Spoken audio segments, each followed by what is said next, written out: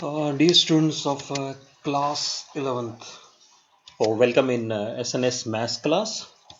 So आइए आज हम लोग परमुटेशन कम्बिनेशन टॉपिक की प्रॉब्लम सॉल्विंग में एक्सरसाइज 7.4 जो एनसीईआरटी की उसको सॉल्व करेंगे। ये प्रॉब्लम सॉल्विंग का सेकंड वीडियो है। हमने प्रीवियस वीडियो में भी एनसीईआरटी की एक एक्सरसाइज को सॉल्व किया था। आई थिंक 7.3 को हमने सॉल्व किया है और आज हम लोग 7.4 को सॉल्व करने जा रहे हैं। इस सीरीज में आपको हम 2-3 और वीडियो अपलोड करेंगे जिसमें आर डी शर्मा और एनसीईआरटी की जो डिफरेंट एक्सरसाइजेस है उसको सॉल्व करेंगे। तो हम लोग समय नहीं बर्बाद करते हैं और सीधे क्या करते हैं, अपने क्वेश्चंस पे आते हैं और चेक करते हैं कि एनसीईआरटी की इस एक्सरसाइज में किस तरह के क्वेश्चंस हैं। Here is the first question. इस क्वेश्चन में क्या करना है कि हमें CN2 का वैल्यू कैलकुलेट करने के लिए कह रहा है। सो अब ये क्वेश्चन हमारा सिंपल फॉर्मूला बेस्ड क्वेश्चन है। कैसे? अब अगर इस क्वेश्चन में ध्यान से देखेंगे तो हमें गिवन क्या है, हमें NC8 ये NC2 के इक्वल गिवन है। नहीं, NC8 जो है वो NC2 के इक्वल है। इसका मतलब इसको हम ऐसे भी लिख सकते हैं कि NC N-2। नहीं, so now from here we can say कि 8 जो है वो N-2 के इक्वल है, यानी N10 के इक्वल है। और हम एक डायरेक्ट फॉर्मूला अप्लाई कर सकते थे कि we know that whenever NC X NC Y के इक्वल होता है तो या तो आइदर X Y के इक्वल होना चाहिए, वो यहां पर नहीं है। दूसरा केस है कि N जो है वो X प्लस वाई के इक्वल होता है, जैसे यहां पर हो जाएगा। सो N10 हो गया। नाउ हमें कहा गया है कि फाइंड आउट NC2। सो NC2 मीनिंग 10C2 कैलकुलेट करना है। और 10C2 कितना होगा? सिंपल कैलकुलेशन 10 इंटू 9 और यहां हम लिख दें 1 इंटू 2। 2 से ये कैंसिल हो जाएगा। So simple 9 5 45। यानी ये सिंपल सा क्वेश्चन था जिसमें कॉम्बिनेशन के फॉर्मूले को यूज किया गया है। Okay, let us see the another one. Again उसी टाइप के क्वेश्चंस हैं। नहीं, सम रेशियोज आर गिवन और हमें कैलकुलेट करना है। तो मैं क्या करता हूं कि ऑलमोस्ट दोनों क्वेश्चन एक जैसे हैं। द ओनली डिफरेंस इज एक में 12:1 है और एक में 11:1 है। तो कोई एक क्वेश्चन भी सॉल्व कर लेंगे, दूसरा क्वेश्चन ऑटोमेटिकली सॉल्व हो जाएगा ना, वो आप कर लेंगे। तो मैं क्या कर रहा हूं, सेकंड क्वेश्चन चूज कर रहा हूं। क्या दिया हुआ इसमें? इसमें कह रहा है कि 2NC3 का रेशो NC3 के साथ अगर लेते हैं तो वो 11:1 आता है। ओके, 2NC3 का रेशो सिंपली किसके? NC3 के रेशो के साथ 11:1 आता है। नाउ लेट अस सी कि फॉर्मूला क्या कहता है। नाउ अकॉर्डिंग टू फॉर्मूला हम कैसे लिखेंगे इसको? हेयर आ जाएगा फैक्टोरियल 2। नहीं, देन डिवीजन में लिखेंगे 2n-3 फैक्टोरियल 3। होल को डिवाइड करेंगे factorial n factorial n-3 factorial 3 और ये हो गया 11:1। ओके, सो नाउ अभी कुछ सिंप्लीफाई करना मुझे, क्योंकि दोनों में फैक्टोरियल 3 नजर आ रहा है तो उसको तो मैं हटा देता हूं क्वेश्चन से। अभी यहां पर लिखना शुरू करते हैं। फैक्टोरियल 2n है ना, सो फैक्टोरियल 2n को लिख सकते हैं 2n 2n-1 2n-2 और यहां रुक जाते हैं 2n-3। इसके डिवीजन में क्या है? डिवीजन में ऑलरेडी हमारे पास फैक्टोरियल 2n-3 है। ओके, सो अभी यहां देख लीजिए, इसको क्या करते हैं कि फैक्टोरियल n-3 को ये लिख लेते हैं और ये जो फैक्टोरियल n है ना, इसको हम लोग लिख सकते हैं n-1 n-2 और फैक्टोरियल n-3। ये फैक्टोरियल्स हमारे क्वेश्चन से ऑटोमेटिकली एलिमिनेट हो गए। ओके, कुछ और एलिमिनेट हुआ है? यस, ये n भी एलिमिनेट हो गया। क्या कुछ और एलिमिनेट हुआ है? यस, थोड़ा ध्यान से देखेंगे तो कुछ और भी एलिमिनेट हो रहा है। क्या एलिमिनेट हो रहा है? इस n-1 से इसको एलिमिनेट करेंगे, 2 बच जाएगा हमारे पास। यानी इसका मतलब अभी मेरे पास क्या बचा हुआ है? अगर चेक करो तो एक 2 2 जा 4, 2 2 जा 4, साथ में यहां पर हमारे पास आता है 2n-1। यहां कितना आ रहा है? यहां हमारे पास बच गया n-2 और ये 11:1 के रेशियो के क्रॉस मल्टीप्लीकेशन 8n-4 11n-22 बस शिफ्टिंग है, ये इधर शिफ्ट होके इसको 18 बनाएगा क्योंकि 22 प्लस का होगा 4 माइनस का हो जाएगा, और 11 में से जब 8n को माइनस करेंगे तो 3n आएगा, यानी n इक्वल टू 6 हो गया। एक सिंपल सी कैलकुलेशन बेस्ड क्वेश्चन था ये भी। ये जो फर्स्ट टू क्वेश्चन थे, ये दोनों क्वेश्चन हमारे मतलब कम्बिनेशन का जो फॉर्मूला है ना, उस पे बेस्ड क्वेश्चन थे।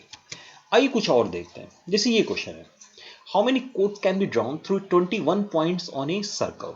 अनदर वन, मीनिंग क्वेश्चन में क्या कह रहा है कि जैसे हम ये चेक करते हैं, एक सर्कल पे एक कॉर्ड बनाने के लिए क्या चाहिए, उन 2 पॉइंट्स को जैसे हम ज्वाइन करते हैं डेफिनेटली एक कॉर्ड बन के आता है। तो हमें 21 पॉइंट्स है, और क्योंकि कोई भी पॉइंट कोलिनियर नहीं है, अगर ये कोई भी पॉइंट कोलिनियर हुआ ना तब हमें थोड़ा सा रीथिंकिंग करनी होगी।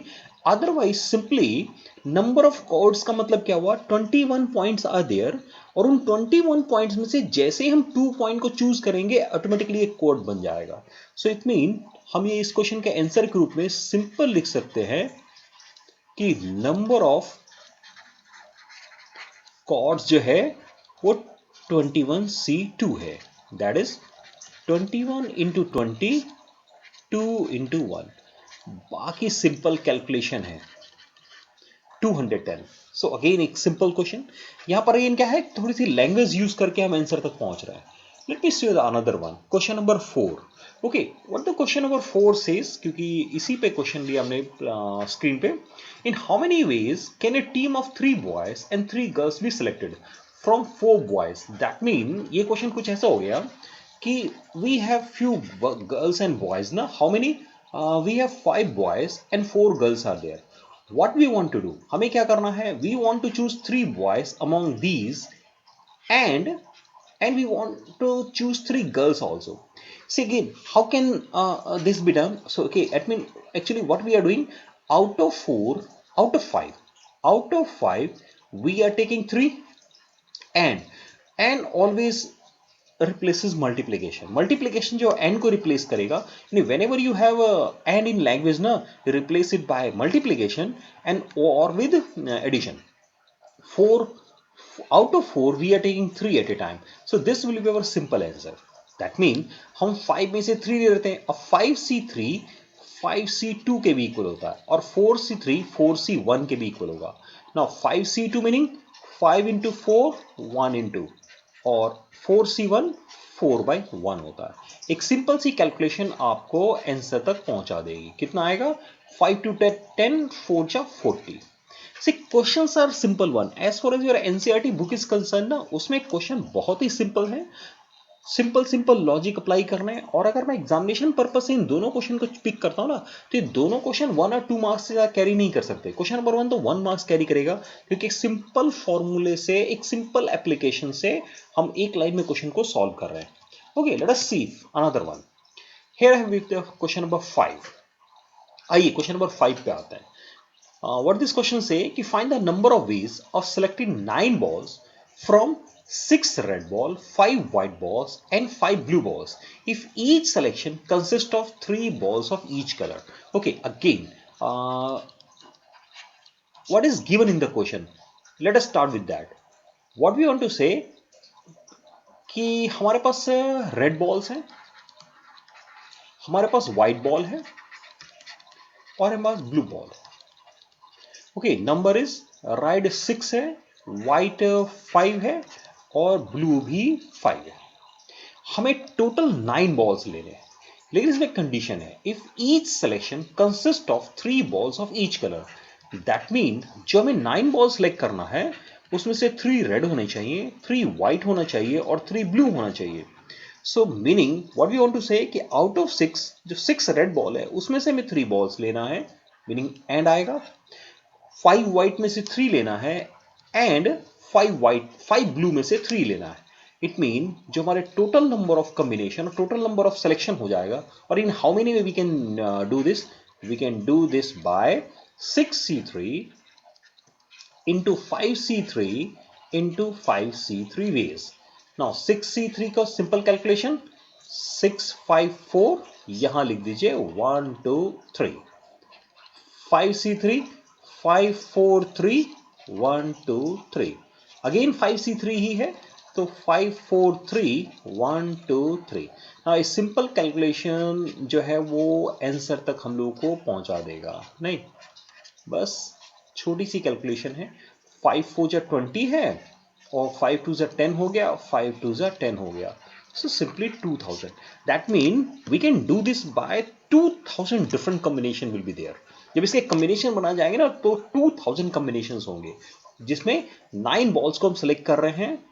Total 16 balls are there, 6 red, 5 white and 5 blue. Okay, let me check the another one. Here we have question number 6.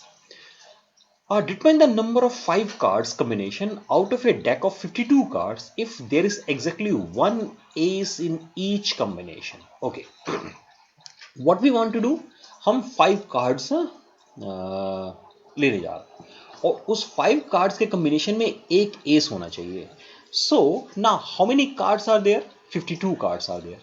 जो ये 52 cards होते हैं ना, out of these 52 cards 4 तो सिंपली एस होता है और 48 अदर कार्ड होते हैं। As far as cards are concern ना, सो टोटल 52 में से 4 एस होते हैं और एंड ना, एंड 48 अदर कार्ड्स होते हैं।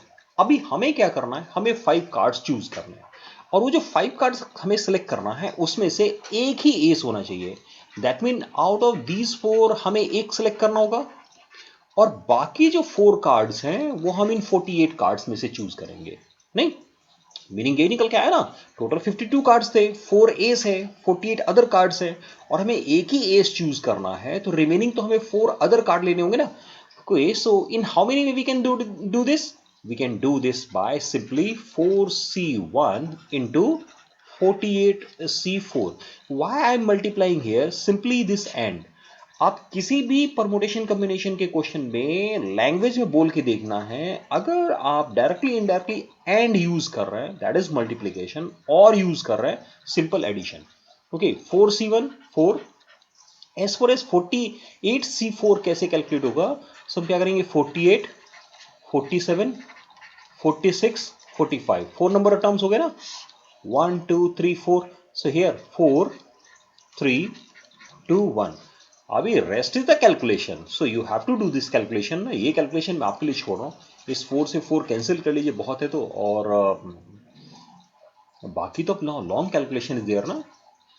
नहीं, 6 से तो 3 से बहुत ज़्यादा इसको कैलकुलेट करके 15 कर देते हैं और 2 से इसको 23 कैलकुलेट लिख देते हैं। अभी हमें क्या करना होगा, हमें 48 को 47 से, फिर उसको 23 से और फिर उसको 15 से मल्टीप्लाई करना है। So I will leaving this multiplication work for you. ये कैलकुलेशन वर्क हम आपके लिए छोड़ रहे हैं। आइए नेक्स्ट पे आते हैं। सी क्वेश्चंस के अंदर क्या होगा, the language is very important. किसी भी क्वेश्चन के अंदर लैंग्वेज को थोड़ा सा ध्यान से पढ़ना है, बाकी क्वेश्चन इतना मुश्किल नहीं है। छोटा सा हम क्या कर रहे हैं, हम सिंपल एनसीआर फॉर्मूले को यूज कर रहे हैं। अगेन इस क्वेश्चन में भी देखते हैं क्या कर रहा है। In how many way can one selected cricket team of 11 players? Okay, how many players are there, जिसमें से हमें काम करना है, हमें 17 प्लेयर्स हैं, which only 5 players can bowl. Okay, so जो बॉलर है इसमें वो 5 है, इसका मतलब जो बैट्समैन है वो हमारे पास 12 है। नहीं, if each cricket team of 11 must include exactly 4 bowlers, हमें 4 बॉलर्स को चूज करना है। इसका मतलब इन 5 में से सिंपली 4 को चूज करना है, और जब 4 यहां पे चूज हो जाएंगे तो रिमेनिंग कितने, 7 और बच गए हमारे पास। सो इस 12 में से हम 7 को चूज करेंगे और हमारी क्रिकेट टीम पूरी हो जाएगी। सी, 17 प्लेयर्स थे जिसमें 5 बॉलर्स हैं, तो इसका मतलब 12 बैट्समैन होंगे। अब हमें 11 प्लेयर्स की एक टीम बनानी है और उसमें सिर्फ 4 ही बॉलर रखने हैं, तो इसका मतलब 5 में से हम 4 को सिलेक्ट कर लें और रिमेनिंग जो 12 बैट्समैन है उसमें से 7 को। So in how many way we can do this? We can do this by 5c4 into 12c7। 5c4 5 हो जाएगा, 12c7 को हम लिख सकते हैं 12c5। नहीं, किस फॉर्मूले को यूज करना है, याद करना है, एनसीआर एन माइनस आर के भी इक्वल होता है। अभी सिर्फ ये लिखना हमारे कैलकुलेशन को थोड़ा इजी जरूर बना देगा। जैसे 12 11 10 9 कितने 4 हुए ना, सो एक और लिखेंगे। और 5 को कैसे लिखना है, 5 4 3 2 1, रेस्ट इज कैलकुलेशन। 4 3 जा 12, 2 से चलो भाई 4, बस आगे कैलकुलेशन है। And again I am living this calculation for you कि कैलकुलेशन वाला पार्ट भाई खुद मल्टीप्लाई कर लीजिए और आपको आंसर मिल जाएगा। So here is another one, question number 8।